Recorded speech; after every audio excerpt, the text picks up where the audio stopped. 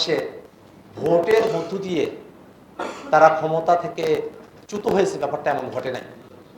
বাংলাদেশের জনগণ রাস্তায় এসেছে এবং আওয়ামী লীগকে বাংলাদেশ থেকে বিতরণ করেছে।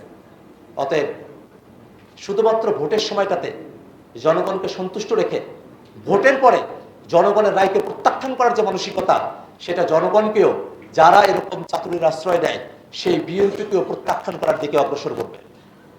আমরা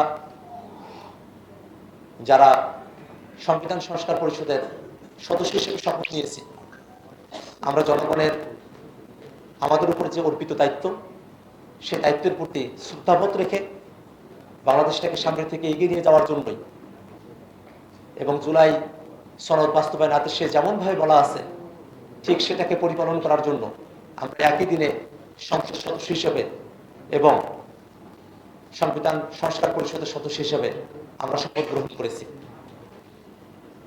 এখানে অনেকগুলো আইনগত বিষয় আমাদের সামনে উপস্থাপন করা হতে পারে, কিন্তু জনগণের সার্বভৌম অভিপ্রায়ের যে প্রকাশ, তার থেকে বড় আইন আর হতে পারে না।